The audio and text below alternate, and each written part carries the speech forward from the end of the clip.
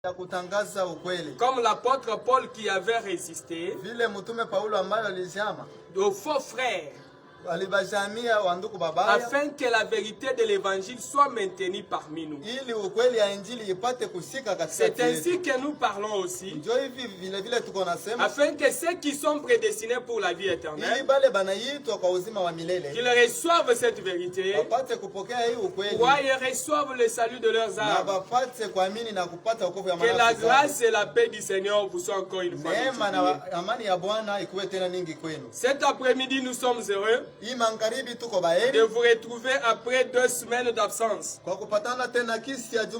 Nous étions en déplacement. Par la grâce de Dieu, nous sommes rentrés. Au micro, c'est le frère bien-aimé Dieudonné Moulumba, interprété par le frère Gédéon Mbaya, accompagné par le frère Freddy, frère Augustin et le Bansantou TV, journaliste de Bansantou TV, et le frère Seleka Nangila à mes côtés. Que la grâce du Seigneur soit avec vous. Je pense que nous sommes en train de parler dans un thème intitulé les sacrifices de louange. Ce sous-thème a été tiré dans les grands thèmes, le sacrifice spirituel. Et nous vous avons dit, les sacrifices spirituels ou les offrandes spirituelles sont ceux qui rendent grâce au Seigneur, qui lui sont agréables par Jésus-Christ. C'est pourquoi nous les chrétiens, étant rachetés et nés de nouveau, nous ne devons pas marcher encore une fois selon la chair, mais nous devons marcher selon l'esprit. Et l'esprit, c'est le Seigneur Jésus-Christ. Et aussi ses paroles sont esprits. Que le Seigneur soit loué. Autrefois, nous avons parlé sur les actions de grâce. Nous avons dit dans ces sacrifices de louange que le Seigneur nous recommande. Selon Hébreux chapitre 13 verset 15. Il est dit, offrez sans cesse par lui à Dieu un sacrifice de louange, c'est-à-dire les fruits des lèvres qui confessent le nom de Dieu. Quand nous parlons des sacrifices de louange, nous voyons les fruits des lèvres. C'est pourquoi, mes bien-aimés, qu'on ne vous trompe pas, nous avons dit les actions de grâce selon Moïse, on offrait de la graisse et du sang des animaux. Mais dans notre temps, ce n'est pas ainsi. Comme le sacerdoce a changé, même la loi aussi a changé. Maintenant, selon la loi qui nous conduit maintenant, il ne nous a pas permis de donner des sacrifices des animaux. Mais lorsque le frère, l'autre bien-aimé prédicateur Paul parle, il nous dit les actions de grâce, ce sont les fruits des lèvres. Que le Seigneur soit loué. C'est pourquoi cet après-midi, nous allons ajouter encore sur ces sacrifices de louange, nous allons parler des cantiques. Nous devons parler parce que les cantiques font partie aussi de ces sacrifices de louange. Ce que nous voyons aujourd'hui ne correspond pas à la parole du Seigneur. C'est pourquoi nous devons parler sans hésiter. De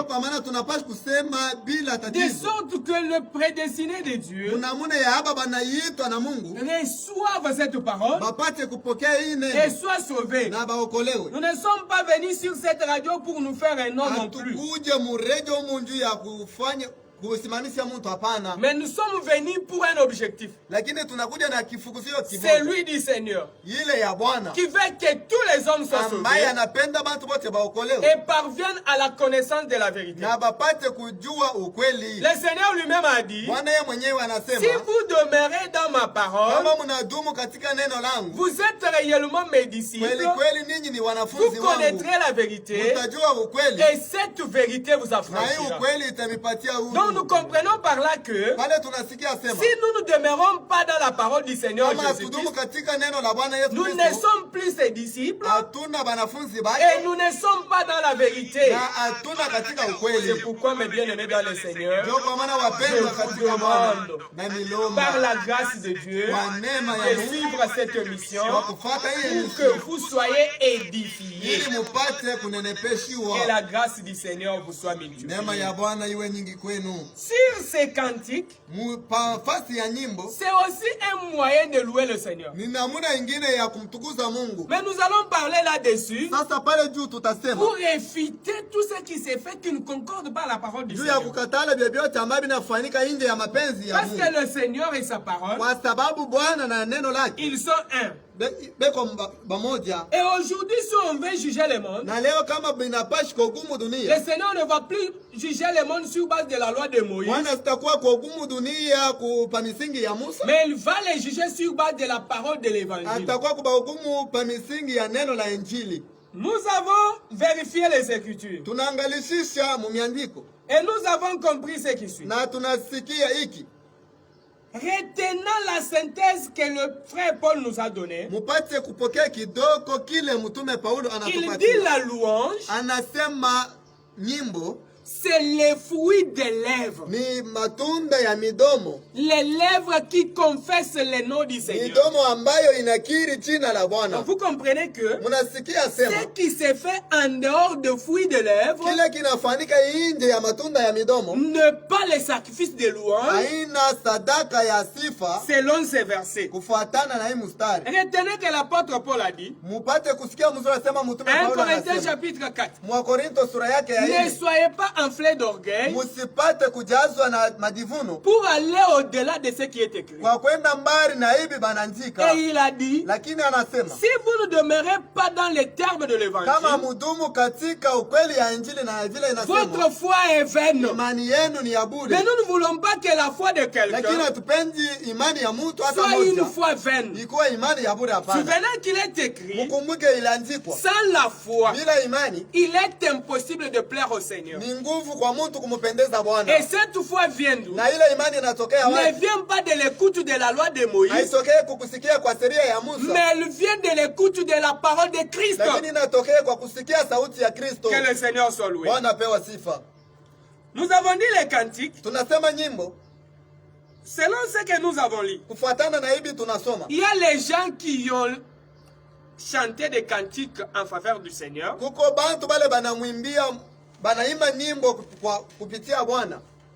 Donc, et ces cantiques-là, nous allons voir comment il les avait entonnés. Et ce qui s'est fait aujourd'hui, est-ce que ce que nous chantons là, est-ce que réellement le Seigneur reçoit la gloire?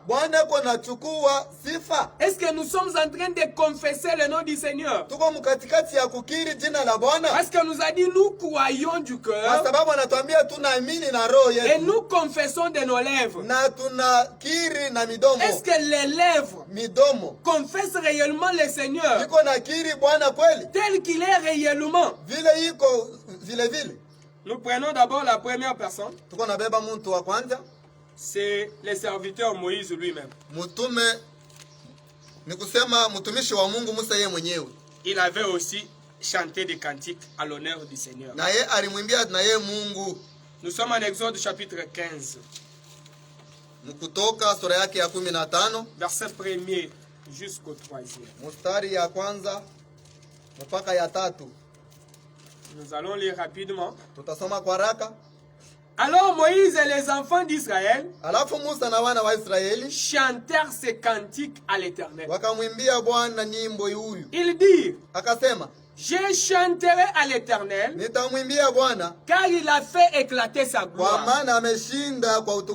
L'Éternel est ma force, farasi na wa milele ni nguvu zangu. Et le sujet de mes louanges. Na farasi ya utukufu. C'est lui qui m'a sauvé. Yeye vile vile ameniokoa. Il est mon Dieu. Yeye ni Mungu wangu. Je le célébrerai. Mimi tamutukuza na kumsherekea. Il est le Dieu de mon père. Yeye ni Mungu wa baba yangu. Je l'exalterai. Na mimi tangaza jina lake. L'Éternel est un vaillant guerrier. Bwana ni mtu wa vita. L'Éternel est son nom. Bwana kweli ni jina lake. Arrêtons-nous par là. Tusimamia pale. Que le Seigneur soit loué. Bwana apewa sifa pour la lecture de sa parole. Kwa kusoma kwa neno lake. C'est Moïse. Ni Musa. Le grand prophète de la première alliance. Nabii mkubwa wa Agano za Kale. Lorsqu'il traversait la mer Rouge. Wakati alitambuka maji mwekundu. Pour rendre gloire au Seigneur. Juu ya kumtukuza Bwana. Il a chanté ses cantiques. Akamwimbia hii nyimbo. Et dans ces cantiques. Na ndani ya hii mwimbo. Qui reçoit l'honneur et la gloire. C'est le Seigneur Dieu lui-même. Il est le centre de sa louange. Quand les serviteurs Moïse chantent, c'est lui qui reçoit la gloire, c'est le Seigneur Dieu. Il dit il est sauvé. Vraiment. Il a précipité dans la mer. Akamutangulia mumadi kubwa. Les chevaux et son cavalier. Na punda na bale beko na panda juu yao. Il dit je chanterai l'Éternel. Asema tamwimbia wa milele. Et car il a fait éclater sa gloire. Lorsque nous chantons, la gloire n'est pas d'un homme, mais la gloire revient au Seigneur Dieu. Parce que dans notre verset de base, il est dit, la louange, c'est le fruit des lèvres qui confesse le nom de Dieu. Maintenant, si nous nous retrouvons dans les louanges, il y a des gens qui reçoivent la gloire. Ces cantiques-là ne sont pas des cantiques destinés à Dieu. Nous ne pouvons même pas les appeler des cantiques spirituels. Ils ne sont pas différents des cantiques de chanteurs profanes que nous appelons. Vous comprenez? Est-ce qu'ici il a utilisé quel instrument? Le Seigneur n'a-t-il pas reçu la gloire? Nous allons comprendre. Et après que Moïse ait chanté, sa sœur aussi, elle veut aussi chanter. Nous sommes au verset 20e. Toujours en Exode chapitre 20. Marie la prophétesse, sœur d'Aaron, prit à la main un tambourin et toutes les femmes vinrent après elle avec des tambourins et en dansant. Vous comprenez que lorsque Moïse a chanté, il n'a pas utilisé de tambourin,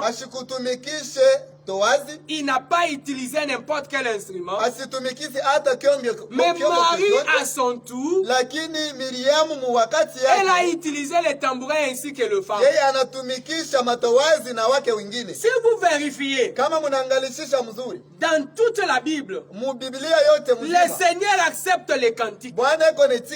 Les cantiques qui sont en train de lui rendre gloire. Mais nulle part, il n'a pas autorisé l'utilisation des instruments musicaux. Si quelqu'un a des contradictions, il doit les démontrer. Selon les Saintes Écritures, le Seigneur n'a pas ordonné quelque part. Même les Lévites, qui sont au service du tabernacle, leur mission première n'était pas la musique, mais leur mission première était de travailler à l'autel. Il y a de références. Kuko référence. Mais lorsque David est venu, sasa wakati Daudi anakuja, selon les sentiments qu'il avait animés, kufuatana na nia ile ilimtumikisha, comme ces sentiments avaient aussi animé Marie, la sœur de Moïse et d'Aaron, vile ile nia ilimtumikisha na Miriamu ndugu mke wa Haruni, ils ont utilisé des instruments. Anatumikisha vyombo d'élite, anatumikisha maflit, des harpes, anatumikisha vinanda. Tout cela pour chanter le Seigneur. Mais ce n'était pas la volonté première. Dieu n'avait pas inspiré à quiconque de faire des instruments pour sa louange. Si cela était ainsi, le Seigneur Jésus-Christ, qui est le prophète de la nouvelle alliance, devait l'affirmer. Mais le Seigneur ne l'a pas affirmé quelque part. Il y a des gens qui nous posent des questions. Pourquoi David, il a pu chanter, il a utilisé des instruments, mais pourquoi le Seigneur ne lui avait pas condamné? Nous allons vous répondre. Soyez calme. Dans ce temps-là, le Seigneur a accepté autre chose. Il les a laissés passer par rapport à la faiblesse des hommes. Vous savez, lorsque le Seigneur a parlé sur les divorces, il a dit quoi? Moïse vous a prescrit ainsi. Ce n'est pas par rapport à la volonté de Dieu, mais c'est à cause de l'endurcissement de vos cœurs. Mais le Seigneur n'avait nulle part d'autoriser les divorces. Ça, c'est entre parenthèses. Si nous lisons un nombre, chapitre 4, il nous est dit, le travail premier des Lévites, c'était de servir au temple. Il devait travailler dans la tente d'assignation. Ici, le Seigneur n'a pas mentionné que les Lévites devaient s'occuper de la musique. Si vous vérifiez, lisez attentivement, on a mentionné même leur famille. Mais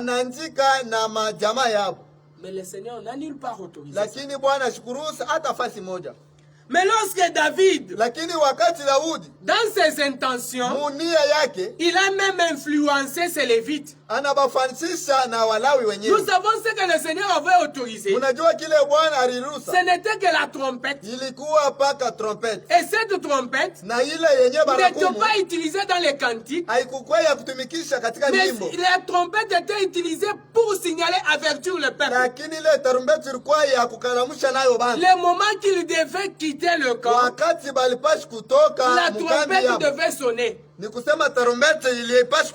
Mais n'était pas utilisée dans les louanges du Seigneur. Mais lorsque David est arrivé, il a influencé même les Lévites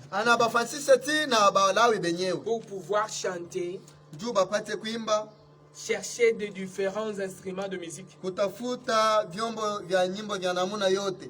Nous pouvons lire un Chronique.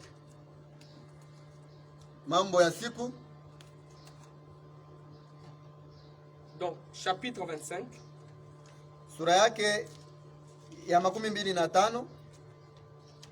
Nous lisons seulement le premier verset. Vous là dehors, vous pouvez aller jusqu'à la fin du chapitre. David est le chef de l'armée, mis à part pour le service de ces deux fils d'Azaph,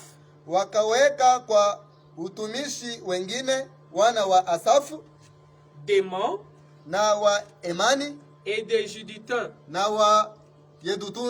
qui prophétisaient en s'accompagnant de la harpe et du luth na vinanda et des cymbales. Na matowazi. Et voici le nombre de ceux qui avaient des fonctions à remplir. Na hesabu yao waliofanya kazi sawasawa na utumishi wao ikikuwa. Vous comprenez? Lorsque vous descendez, on leur a donné la mission de chanter, de diriger la musique pour le nom du Seigneur. Mais le Seigneur nulle part ne l'a ordonné à un prophète. Je vous ai montré commençant par Moïse et les autres là. Le Seigneur n'a pas autorisé ça. Comme preuve, pour dire que cela ne veut pas marcher conformément à la volonté du Seigneur, il parle au travers du prophète Amos. Il refuse des cantiques. Il refuse des instruments. Amos chapitre 5. Nous commençons par le 21e verset. Si seulement ils avaient fait cela conformément à la volonté du Seigneur. Mais comment le Seigneur devait refuser? Je hais. Je méprise vos fêtes. Je ne puis sentir vos assemblées. Donc il est en train de parler ici, de condamner ce qui s'est passé. Il dit, quand vous me présentez des holocaustes et des offrandes, je n'y prends aucun plaisir. Et les veaux engraissés que vous sacrifiez en action de grâce, je ne les regarde pas. Verset 23. Éloigne de moi le bruit des cantiques. Je n'écoute pas les sons de tes luttes.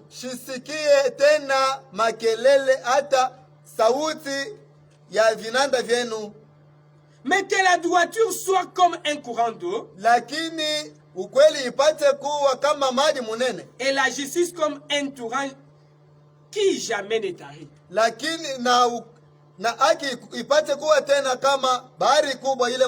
Vous comprenez, au travers du prophète, le Seigneur refuse le cantique et les sons de lutte. Parce qu'il ne les avait pas chantés conformément à la volonté du Seigneur. Mais aujourd'hui, ce que nous retrouvons dans l'église, les sons de guitare,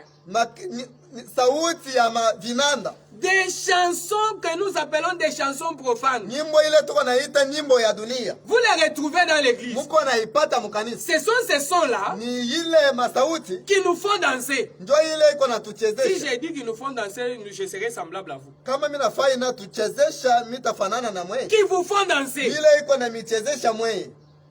Et si on vous demandait, sur base de quelle doctrine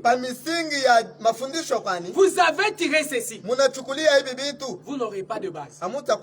Nous vous avons dit, l'église est édifiée sur les enseignements des apôtres et des prophètes, Jésus-Christ lui-même étant la pierre angulaire. Tout ce que nous sommes en train de faire, nous devons aller auprès de lui. Le prophète grand en parole et en œuvre, qu'il nous approuve. Aujourd'hui les gens dansent. Les gens se réjouissent.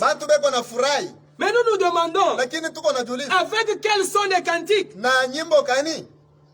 Ce qui se passe à l'extérieur. Il n'y a pas la différence aujourd'hui entre les cantiques chrétiens et ce que nous appelons des cantiques profanes. Il n'y en a pas. La différence consiste seulement à Jésus-Christ. Là on chantait l'amour, mais il change Là, on commence à chanter Jésus. Et quel est ce Jésus même qu'on est en train de chanter? Jésus charnel. La Bible nous dit, si nous avons connu Jésus selon la chair, mais aujourd'hui, nous ne le connaissons pas encore de la sorte. Comprenez? Oh, si vous avez faim, Jésus va vous vêtir, va vous donner à manger. Il est mort à la croix nu, pour que vous puissiez manger, pour que vous puissiez boire, vous vêtir. Lui a pris du vinaigre pour que vous puissiez boire du lait. C'est écrit où? Et on chante. Aujourd'hui, on parle du succès. Il va t'imiter, il va te déplacer de Kasumbalesa vers l'Afrique d'ici. Voilà la force de Dieu. Ce n'est pas ce Jésus-là que nous prêchons. Jésus que nous prêchons, sa puissance est dans le salut. Sauver les âmes perdues, sauver ceux qui étaient sous la puissance du diable. Parce que le salut des hommes ne méritait ni de l'or, ni de l'argent. Mais le salut était impossible. Il a fallu que le Seigneur lui-même vienne et s'offre à notre place pour que nous ressuscitions la vie véritable. Et si vous parlez de Jésus aujourd'hui que pour de parcelles, il y a des gens là dehors qui se sont retrouvés avec des parcelles sans connaître Jésus. Et à leur tour, qu'est-ce qu'ils diront? Si vous lui présentez un tel Jésus, est-ce qu'il peut l'accepter? Et de tels cantiques font-ils louange au Seigneur? Non plus. Nous avons dit, la louange, c'est le fruit des lèvres qui confesse son nom. Que le Seigneur soit loué. Nous bénissons le Seigneur pour tous les frères qui nous suivent ça et là, ainsi que les auditeurs de Kasumbalesa, frère engageant, frère Junior Kabongo, frère Chiba, nous vous saluons. Que le Seigneur soit loué. Nous sommes en train de parler. Le Seigneur dont nous sommes en train de parler, il est puissant. Et sa puissance n'est pas seulement dans ces petits miracles. Dans ces petits miracles. Nous vous avions dit, si on parlait de miracles, mais Élie a fait des miracles, Moïse également, mais le Seigneur est plus grand que tous ces prophètes, parce qu'il nous a sauvés de la domination que ni Moïse, ni Élie, même Esaïe, même Jean-Baptiste n'étaient pas capables de nous sauver. Et lorsque nous chantons, voilà ce que nous devons dire. Toujours des souffrances. Un chrétien qui chante est au centre de sa chanson.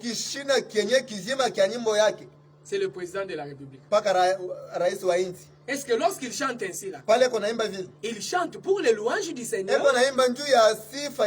ou pour les louanges d'un homme? Dans les cantiques spirituels, les noms de chrétiens et de pasteurs sont entrés par où? Demandez-vous. Parce que c'est un sacrifice de louange agréable au Seigneur. Maintenant, ce que nous sommes en train de faire vient d'où? C'est pourquoi le Seigneur avait raison de refuser les cantiques et les sons de lutte. Aujourd'hui, suivez la radio.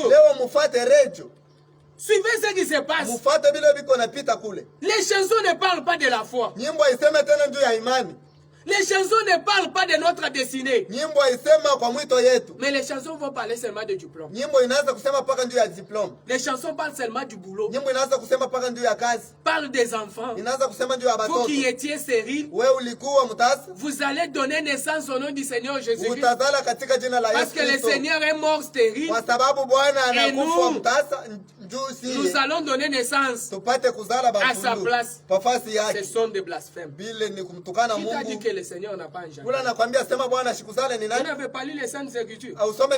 Nous qui sommes là, nous ne sommes pas sa postérité. Donc pour dire que le Seigneur a engendré, il faut qu'il engendre comme toi tu le fais. Tu ne sais pas qu'il est marié, qu'il a une femme. Vous ne connaissez pas le nom de sa femme. Et il a aussi une multitude d'enfants dans le monde entier. Que le Seigneur soit loué. Nous allons prendre l'apôtre Paul. Il parle aussi sur les cantiques. Comment on doit chanter? La façon dont nous sommes en train de chanter. Nous ne faisons pas les louanges du Seigneur comme il le faut. Nous prenons Ephésiens chapitre 5. Verset 19. Toujours dans les sacrifices de louange.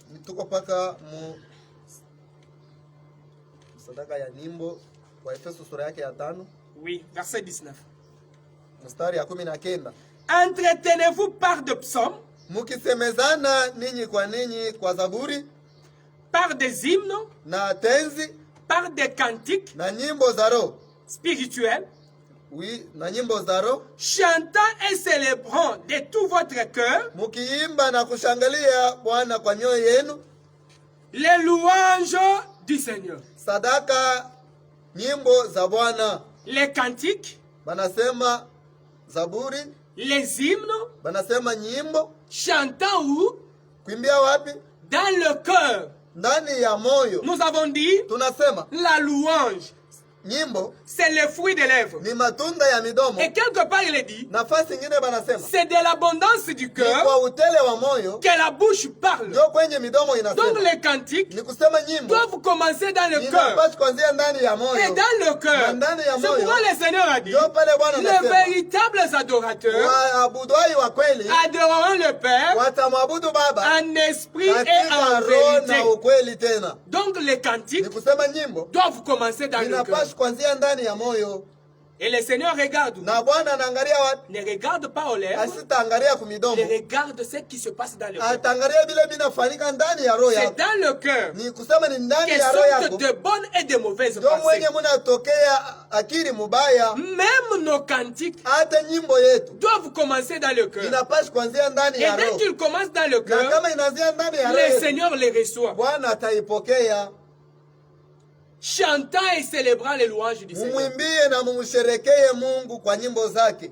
Et les instruments sont où ici? Sasa hapa vinaanda viko wapi? Nous nous sommes toujours demandé. Tuko najiuliza paka. Il y a des choses kuko vitu que le Seigneur n'a pas faites. Bile Bwana ashifanye, nous ne devons pas aussi les faire. Na shi hatuwezi kubifanya. Si ces instruments ici kama hapa vyombo hivi étaient si importants, vilikuwa na bei dans la continuité du message de Dieu. Mais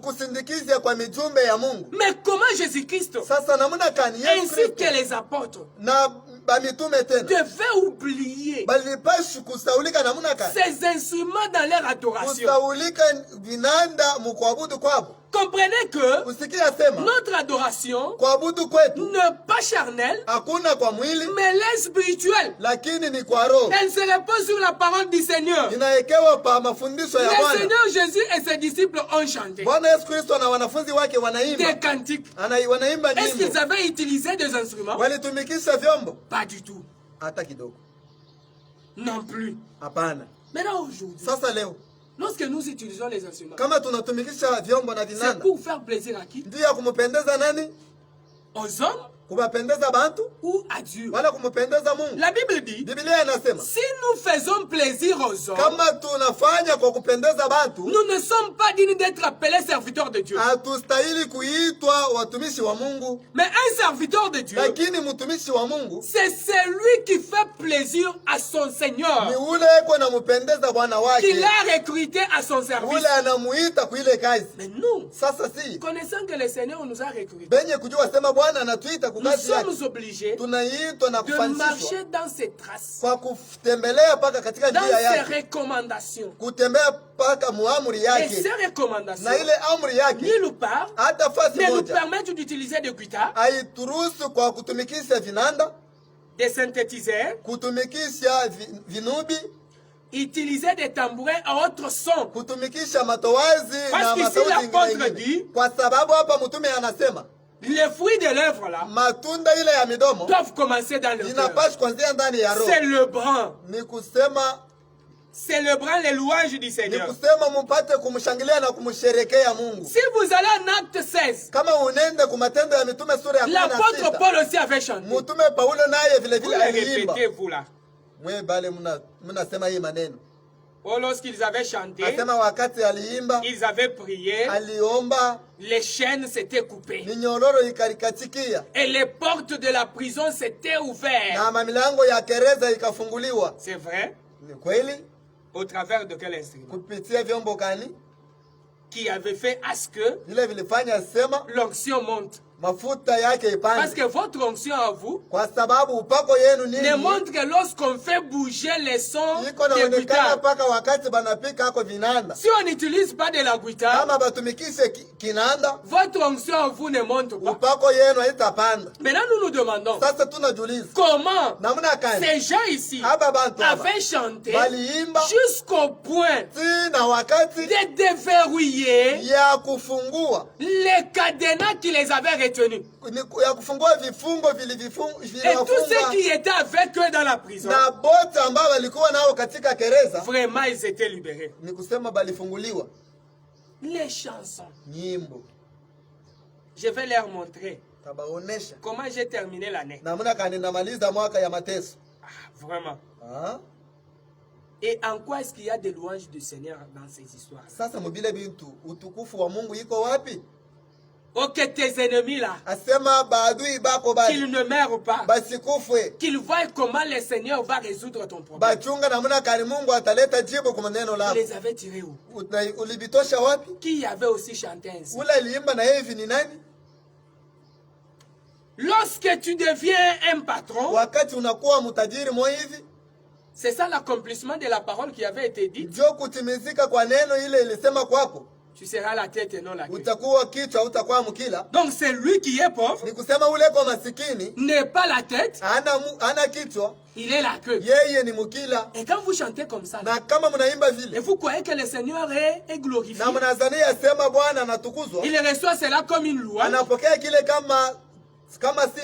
Non. Vous vous trompez. Être la tête, c'est être parmi l'assemblée de premiers-nés. Qui sont les premiers-nés? Ce sont ceux qui sont nés dans la lignée du Seigneur Jésus-Christ.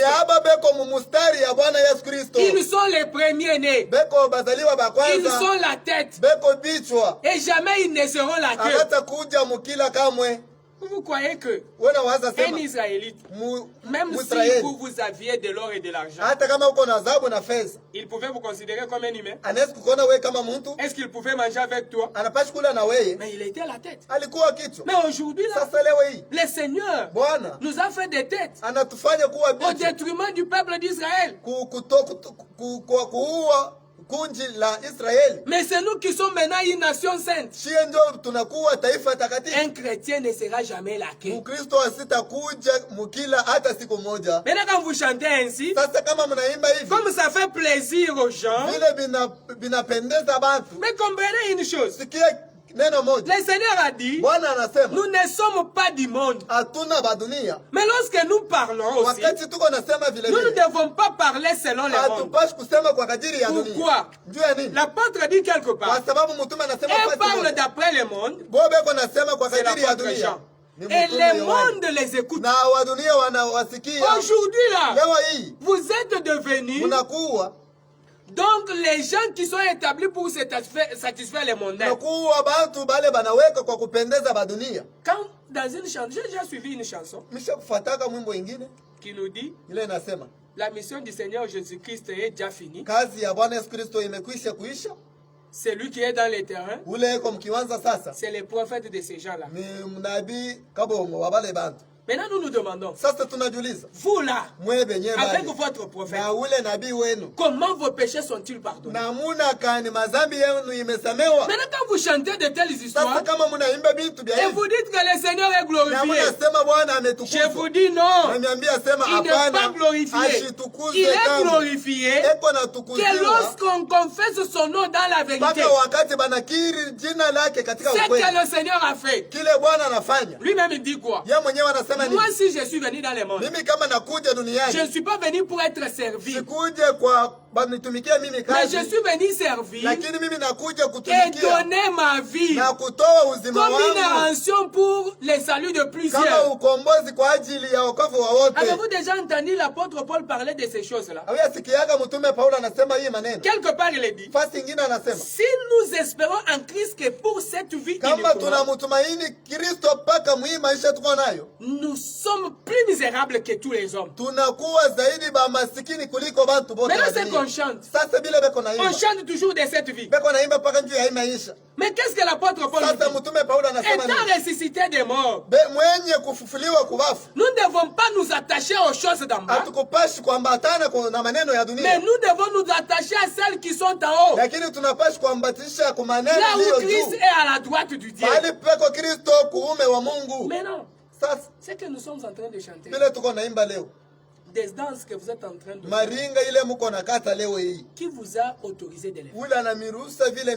Vous devez répondre. De qui êtes-vous les disciples? Les pharisiens étaient sincères. Ils avaient dit à cet homme qui était né aveugle, ils leur ont dit, nous sommes les disciples de Moïse. Mais cet homme-là, nous ne connaissons pas d'où il est venu. Mais vous, vous êtes les disciples de Moïse ou bien les disciples de Jésus-Christ? Si vous êtes les disciples de Jésus-Christ, ce que vous faites là vient réellement d'où? C'est vrai? Vous devez vous repentir. Reconnaître que les cantiques font partie du sacrifice de louange. Et les sacrifices de louange, ce sont des fruits de lèvres qui confessent le nom. L'apôtre Paul dit quelque part, si nous disons que Dieu a ressuscité le Seigneur Jésus, et que cela n'est pas ainsi, nous sommes en train de mentir contre le Seigneur. Et votre foi même est vaine. Mais le Seigneur est ressuscité. Vous ne parlez pas de la résurrection. Vous ne nous donnez pas l'espérance de la vie éternelle. Vous ne donnez pas à ces gens-là l'espérance de la vie éternelle. Comme l'apôtre Paul dit, même si nous mourons dans ces corps,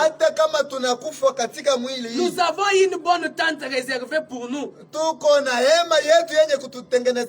aux boiteux, aux infirmes là, qu'ils ne s'en inquiètent pas. Parce qu'ils sont boiteux, ils sont infirmes, ils ne marchent pas bien.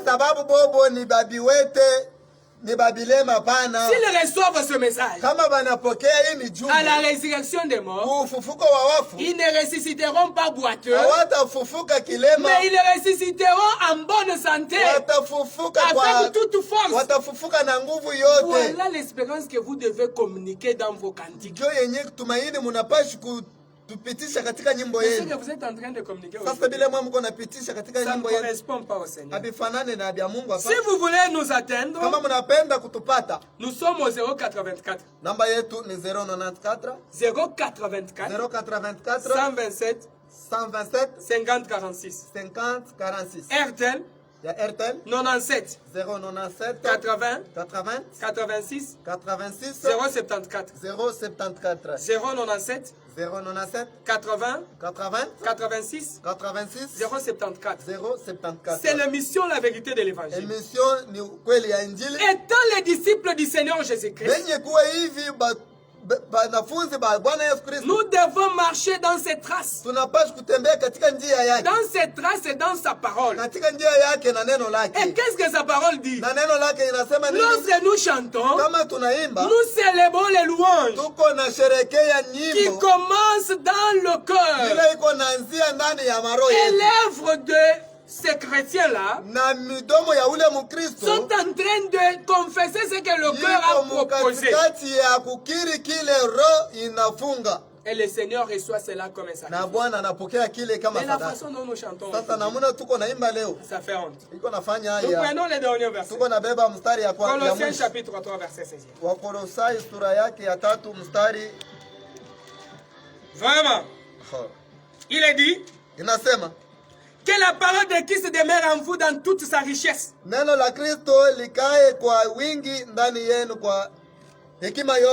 Instruisez-vous et exhortez-vous les uns les autres